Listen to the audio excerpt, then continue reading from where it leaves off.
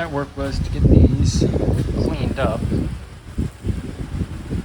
See, I'm not actually sitting on the grounded parts, so it wasn't so much that those had to be perfectly smooth, but it just looks better if they're as smooth as possible.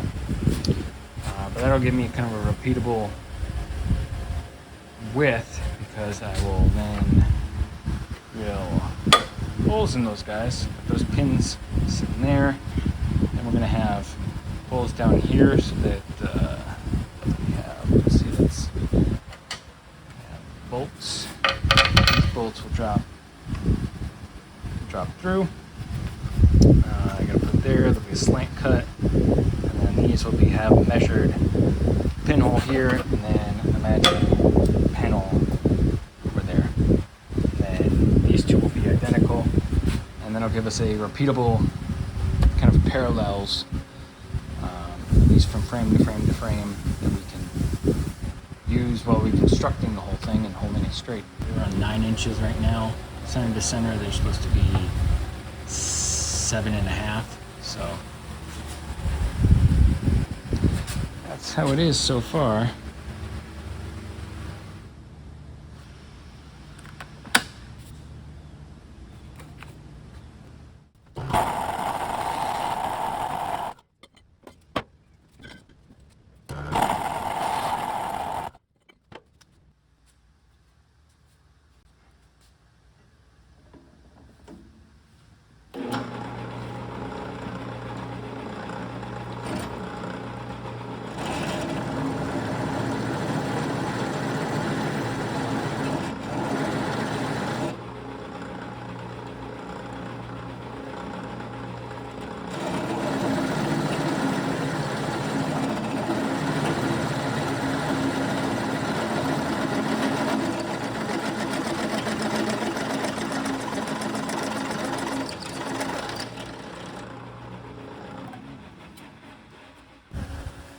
Said I gotta get those guys matched together better.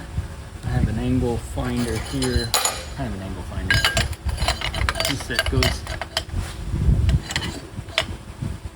in that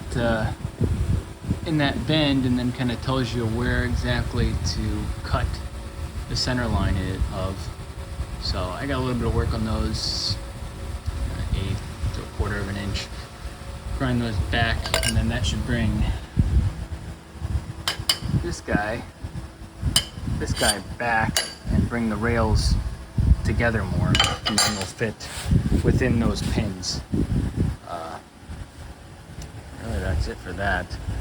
And then once those are together and these are flat again, then I got to take, this is the neck tube that we're going to be using for this application, and I think on this one we're just going to tack it and then kind of grind the fish mouth. The idea behind this slot was it was going to have a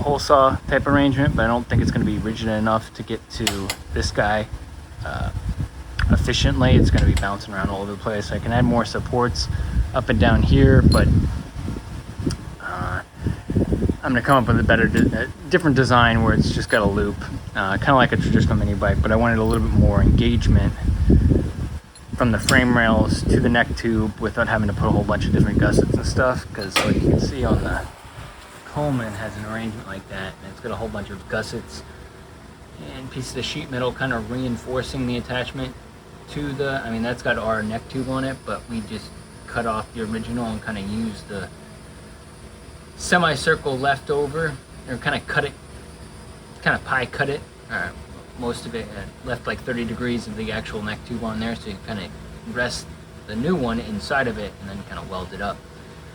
But I wanted maybe a little straight piece between the two, between the down tube section and then the kind of seat top tube section. Instead of doing one solid bend, maybe doing two bends with a small straight section in there, so you get some actual straight on engagement between the frame and the neck tube. It's just something a little bit different. Of course, have to try something different.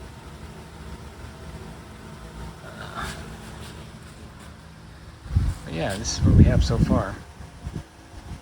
And this frame here should fit, actually there's an 11 horse back over here.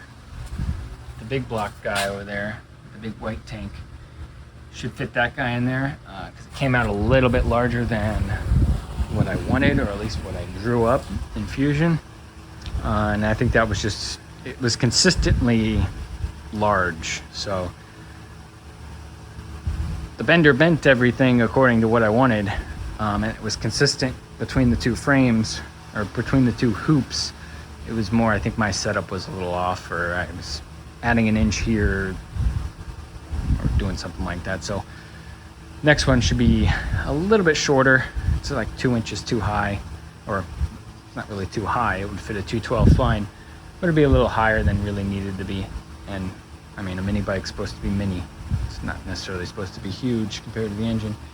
You want it to be kind of proportional. So that one's going to get probably the big block guy over there, and we'll see how that goes.